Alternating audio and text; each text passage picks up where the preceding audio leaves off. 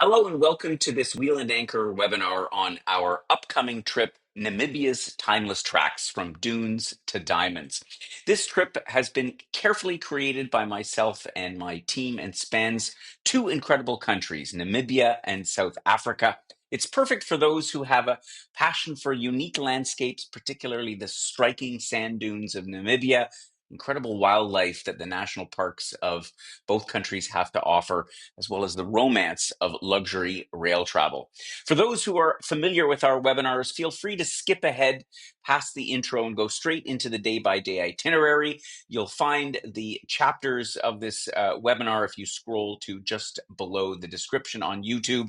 But if you're new to Wheel and Anchor, allow me to share a little bit about what makes Wheel and Anchor unique in the world of travel. The first and principal thing that sets us apart is that we're a community of like minded Canadians who appreciate a more authentic and immersive approach to travel. We welcome anyone who understands that most organized travel has become kind of formulaic.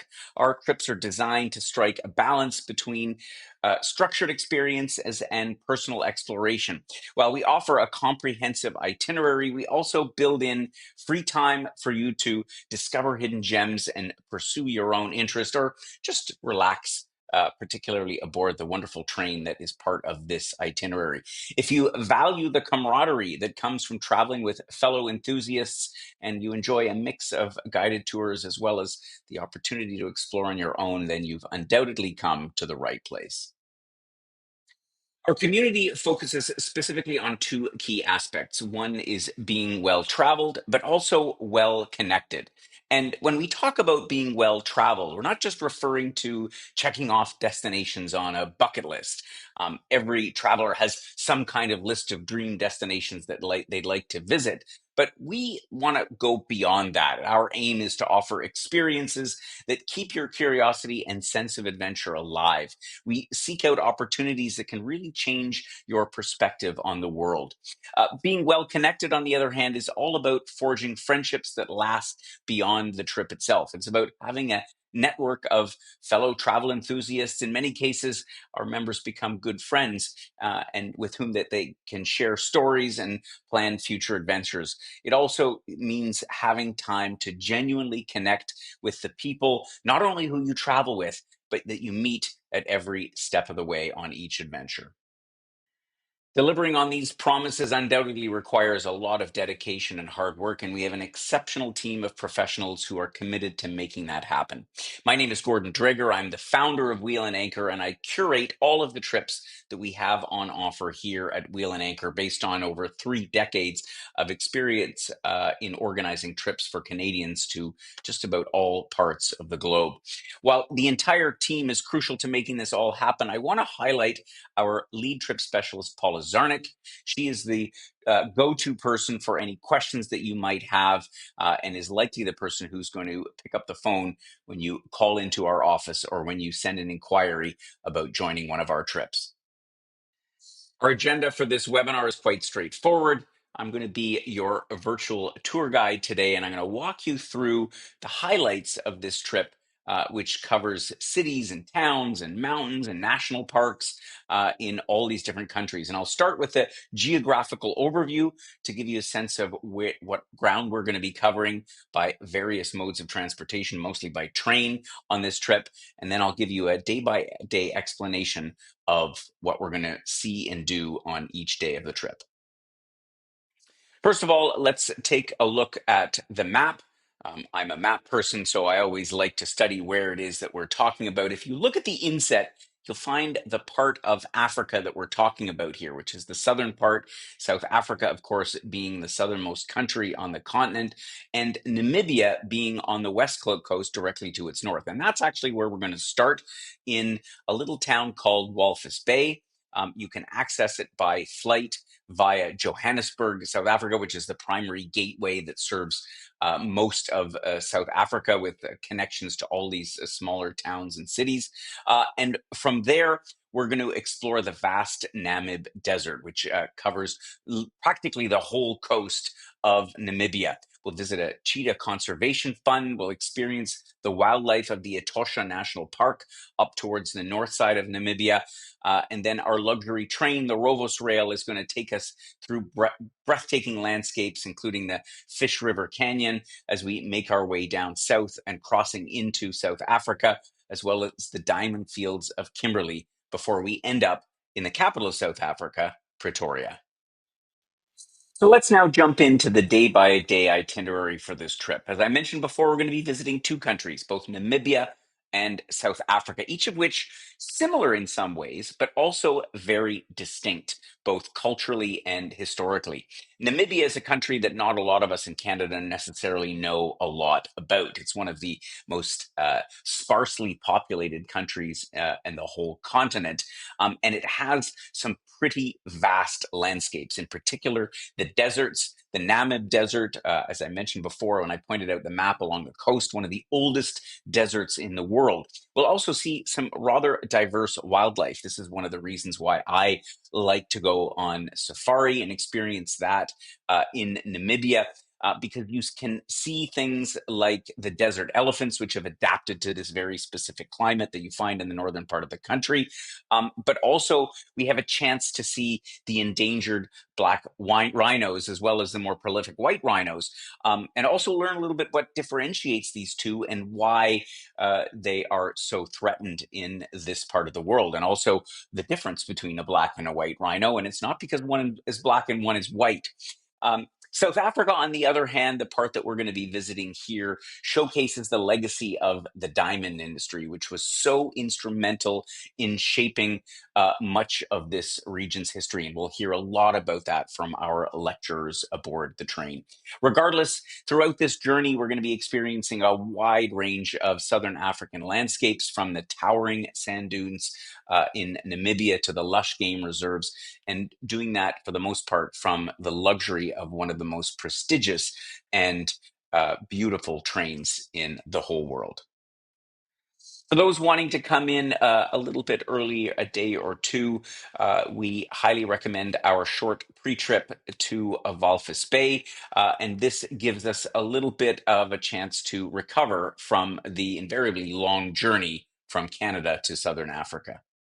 You can get into Walvis Bay on a flight directly from Johannesburg, which of course necessitates flying either via a US gateway or through one of the European hubs that then allow you to hop down into Johannesburg and then continue on to Walvis Bay.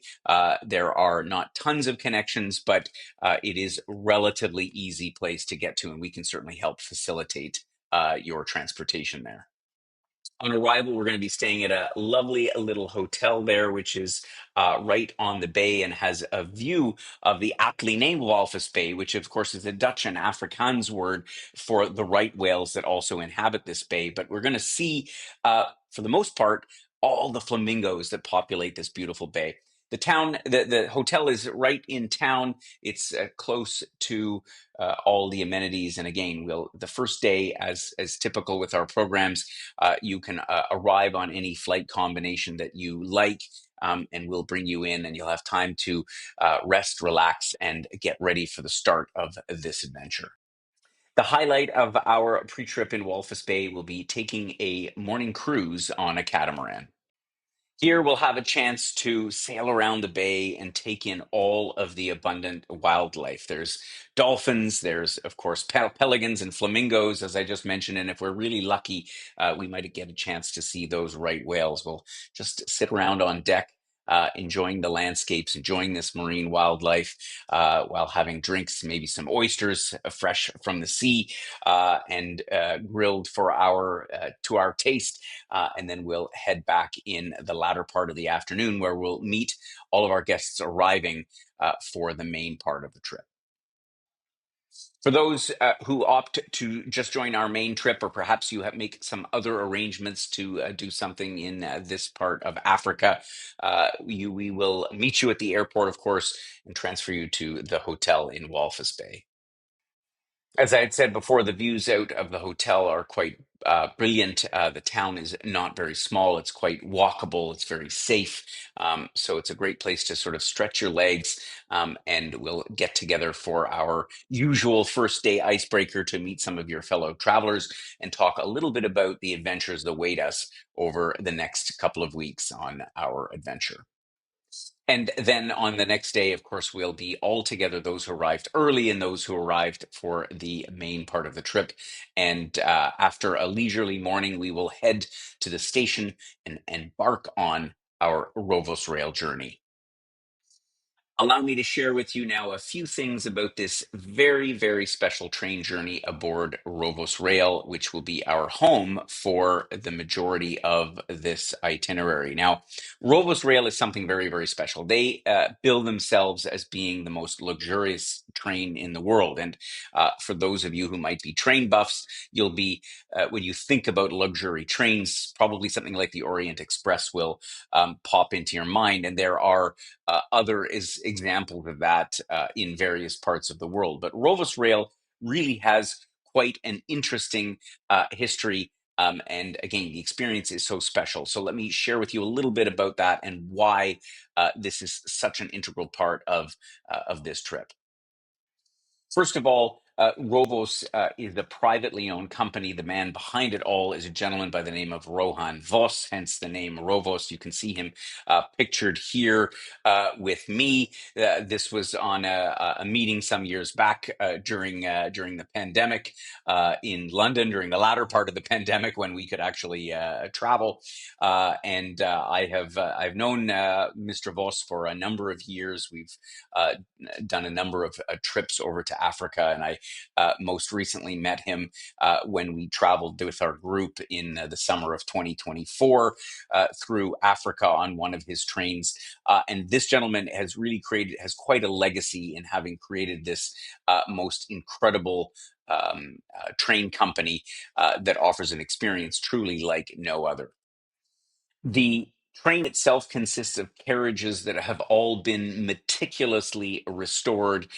Many of them are upwards of 100 years old, but in their own workshop in Pretoria, South Africa, they literally dismantle the trains right down to the wheels, as it were.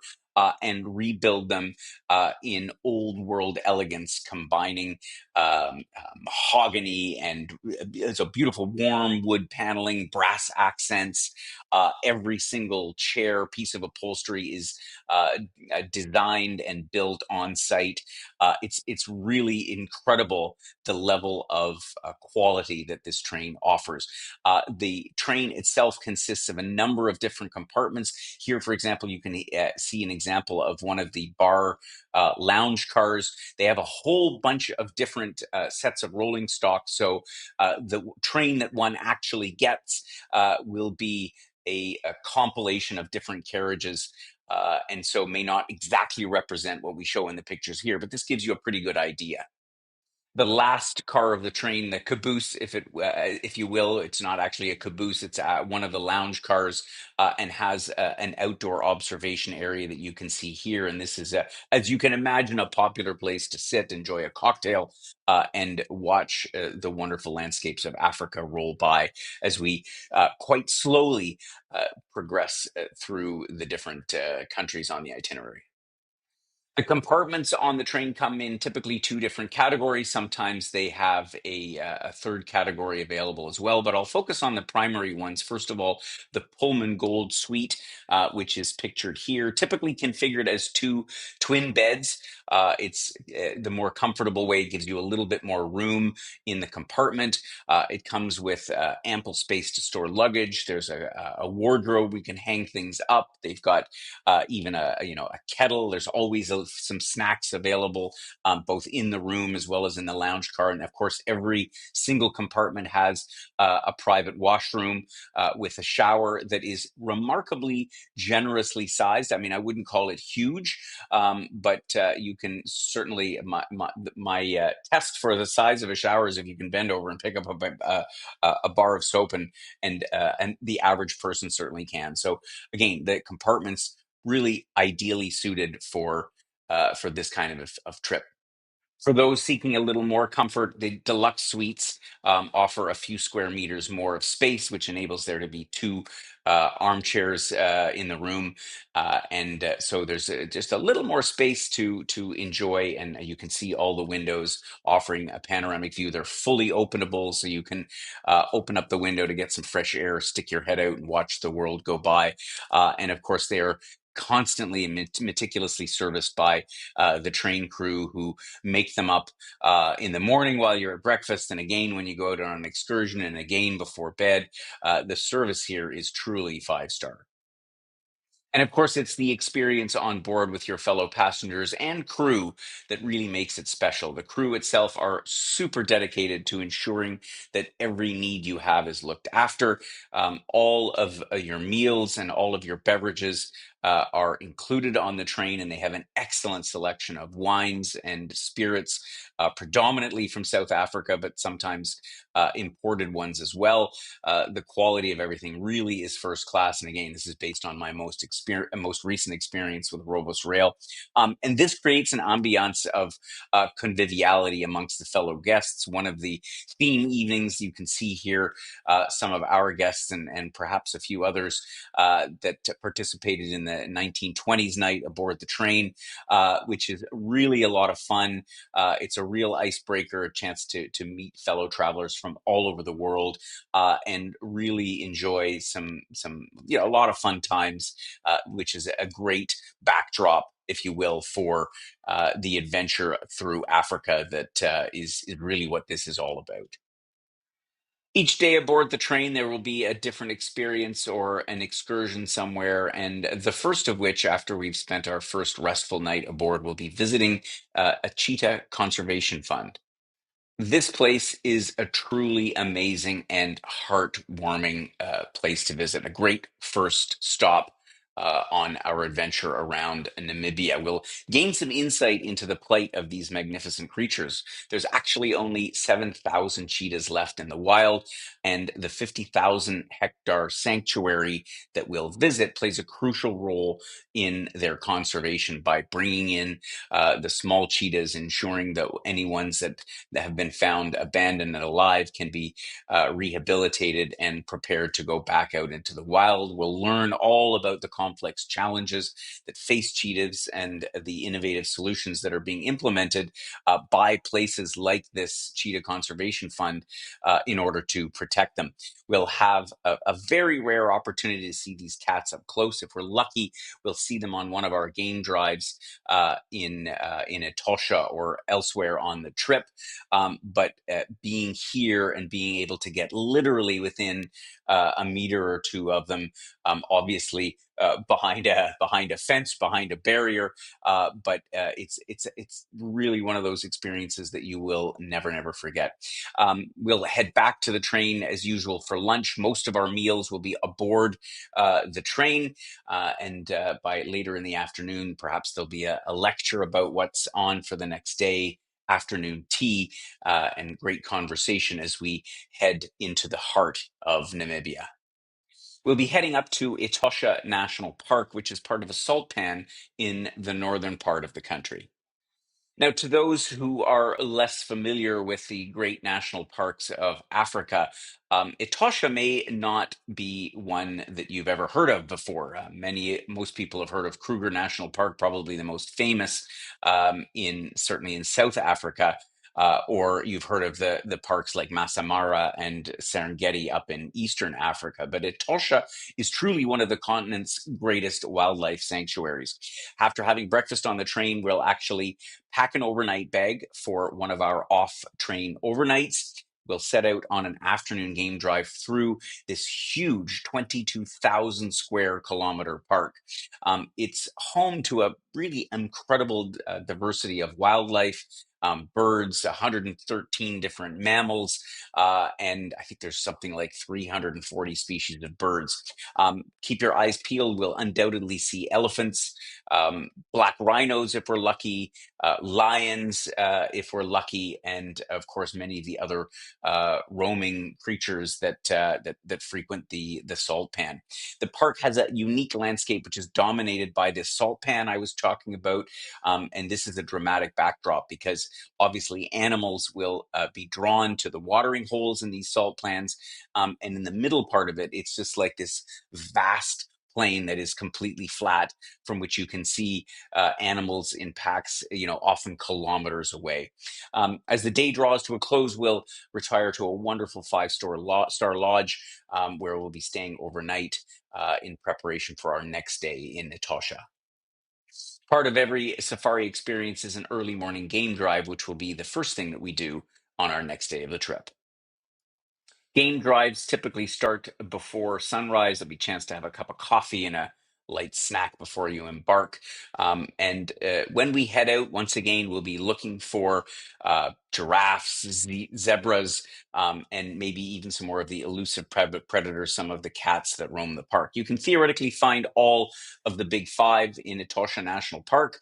And so with any luck, we'll have a chance to catch a glimpse of all of them. The conservation efforts in this park have led to thriving populations of pretty much all the animals, in particular the elephants. And this is also, as I mentioned, where you'll find the largest group of black rhinos that remains in the whole world. So again, this is one of the many claims to fame of this particular park. We'll learn a little bit as well about the unique ecosystem, this huge salt pan, the dry lake bed, which is even visible from up in space. We'll have lunch at the lodge and then head back to our train in the afternoon, where we'll relax as we take a journey through some more of the captivating landscapes of Namibia. Our train is going to make its way back south towards Windhoek, the capital, and it's from here that we're going to hop on the first of our scenic flights on this trip. We'll be departing from the domestic aerodrome of Windhoek on a small chartered aircraft, anywhere between 4 and 10 passengers in size. And as we take off and fly down to the southwest, we will see one of the most photographed landscapes in all of Africa as we approach the area called Sossusvlei, which is a sea of rust red dunes that contrast sharply with the salt pans from the surrounding area. These ancient dunes rise, some of them to over 300 meters high, and it creates an incredible pattern of light and shadow. When we land, we'll drive through this otherworldly landscape to our desert hotel. We'll have a chance to have a wonderful, magical dinner under the stars, and sleeping in a desert lodge for the night is truly an amazing experience. We offer this opportunity on some of our different trips, but being here in the Sossusvlei in this majestic landscape of sand dunes with a completely dark sky lit up with all the stars, undoubtedly another highlight of the trip. After a restful night at our desert lodge, we're going to take a little bit of time to explore the area before we head back to the capital of Windhoek. We're going to take a drive in the morning through some of the landscape of Sossusvlei. Depending on time, there may be even a chance to actually ascend up one of these massive sand dunes.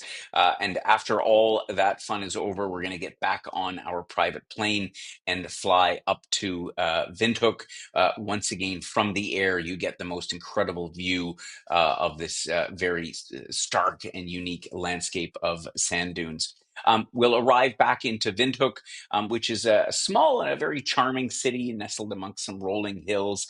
And it has an interesting blend of African and German influences. Of course, Namibia used to be German Southwest Africa as a colony until it became independent. So there's some very interesting things to see and to understand a little bit about the history and the current influences of a lot of the population who still speak German. We'll do a little city tour. It'll take us to some of the key sites, like a Lutheran church, as well as the National Railway Museum and the Museum of Independence, that talks to how Namibia was able to become free after the German colonists left. Um, their independence was granted only, by the way, in 1990. So it's actually, one of the newest countries, not only in Africa but in the world. We'll get back on the train in the evening, and settling in for one of our beautiful white glove dinners, and we'll head out of Windhoek, watching it fade into the distance as we continue our journey south through Namibia. Our train will make its way to the southern part of the country, and we're going to make a little stop just short of a town called Keetmanshoop. Here we'll get a chance to explore another one of the otherworldly landscapes of Namibia, and specifically the quiver tree forest located in a place called the Garus Park. These distinctive trees actually are large aloe plants, and they got their name from the Sans people's practice of hollowing out the branches to make quivers for arrows. As we walk around these ancient twisted forms, some of them are over 300 years old, we'll feel like we've been transported to some kind of a alien landscape. The quiver tree's unique silhouettes against the desert sky offer an incredible photographic opportunity. After our visit there, we'll head back to the train in time for afternoon tea in the lounge car, and we'll continue to take in some of the landscapes of this southern part of the country, which is bounded by the Kalahari Desert. Our train is going to be heading almost due west here as we make our way towards Lüderitz on the coast. And we're going to be passing an interesting bit of terrain. This is a large area of the country known as, or formerly known as, the Sperrgebiet, or prohibited area. And this is because extensive diamond mining happened in this region on towards the coast of Namibia. And there are still many active mines in various parts of this area. And the diamonds, the ore containing the diamonds is actually very close to the surface, which is why they don't want people wandering around collecting bits of rock that might contain obviously very valuable diamonds. Just before we get to Lüderitz, we're going to stop in a little town called Kolmanskop, which is now a ghost town that was born out of the diamond rush of the early 20th century. It used to be a very thriving community with grand Edwardian buildings, but it's now been gradually reclaimed by the desert, and it creates a hauntingly beautiful tableau and some amazing photo opportunities. We'll wander through sand-filled rooms, imagining the town in its heyday, when it boasted South Africa's first X-ray machine, as well as its own electric tramway. We'll then culminate our journey of the day in the coastal town of Lüderitz, which has some of the region's best preserved German colonial architecture. And at that point, we'll get back on board our train and head back to the east inland. But you'll have a very interesting insight into the boom and bust cycle that has shaped so much of this country and the entire region.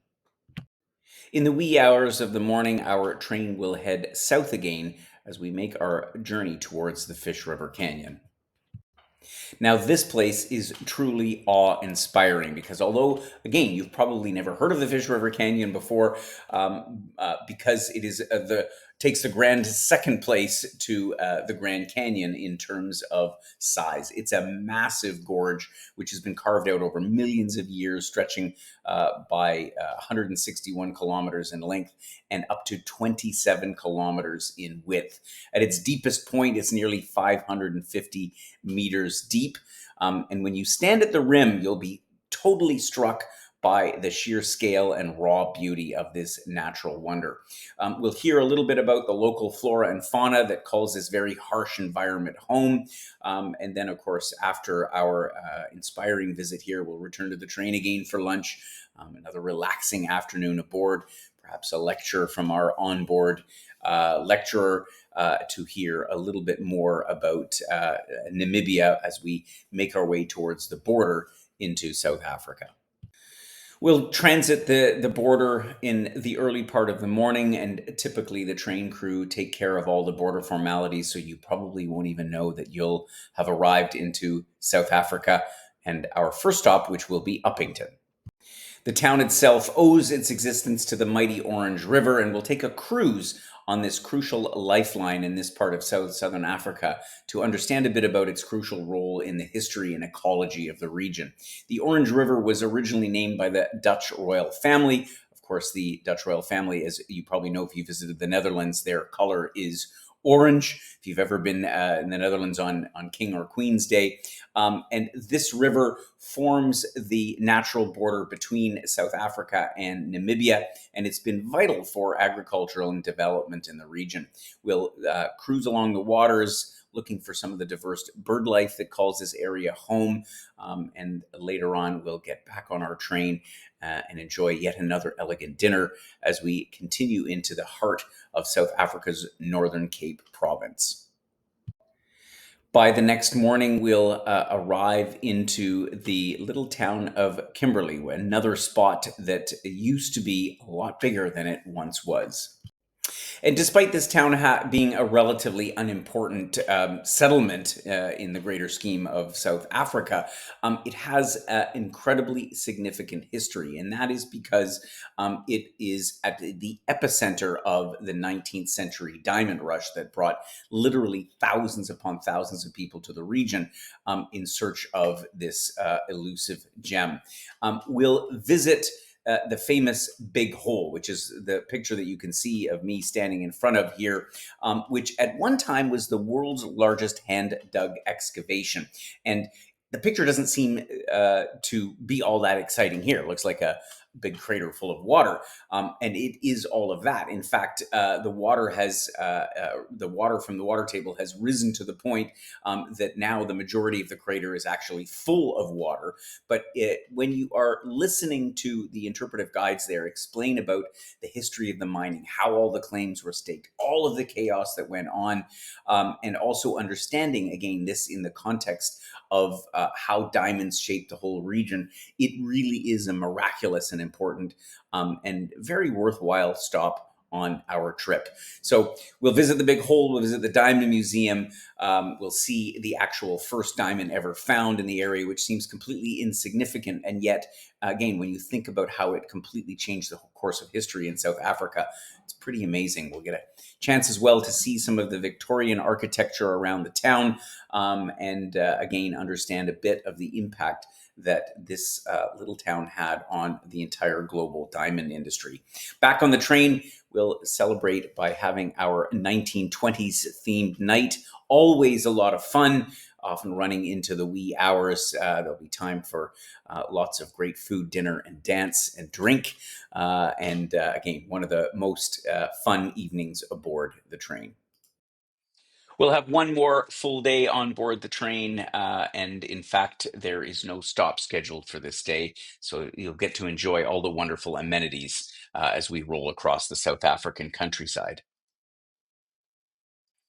As we head up towards Pretoria, the capital, we'll be passing through the gold fields of the Witwatersrand. And of course, gold is another important and probably the most important mineral to South Africa's economy. So we'll hear a little bit about how gold has shaped the region as we're enjoying the amenities of the train on our final day. And it's a nice way to close out the trip by just sitting back in the lounge car or in your compartment and enjoying some of the amazing food, drink, and service that are aboard Rovos as we pass through these landscapes and soak it all in for the last time. We'll have a farewell dinner on board.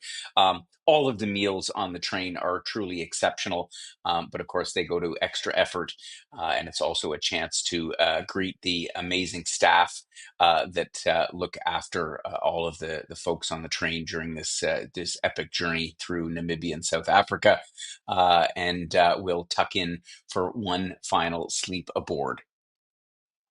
When we arrive into Pretoria, we'll actually be pulling into the Rovos Rail station. This is part of the overall project that Mr. Vos has developed over the years. He bought a whole rail yard, and it's a great place to end the journey because they have a beautiful reception area.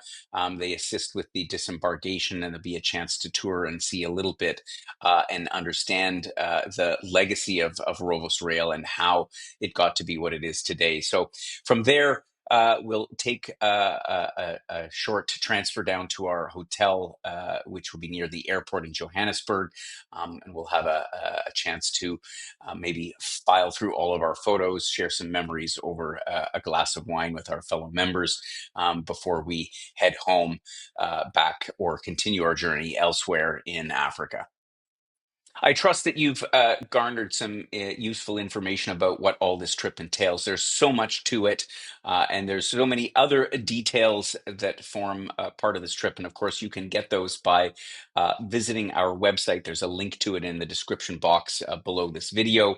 And there you can also download our detailed trip itinerary. We produce an e-brochure, if you will, for every single trip that contains more details on the day-by-day itinerary, as well as all of the inclusions of the program and the price and all those details. So you'll find all that in our trip itinerary. And we also have a little document we call our trip-specific reference guide, which is a few more of those FAQs, those frequently asked questions that are addressed to make sure you have all the information you need to know if you want to consider joining us for this epic trip through Namibia and South Africa.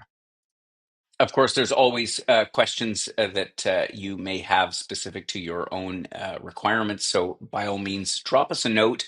Best way to reach us is to email us, paula@wheelandanchor.ca, or likewise info@wheelandanchor.ca, or you're welcome to give us a call and we'd be happy to fill you in on any other information and give you that assurance that you need to consider joining us for this trip.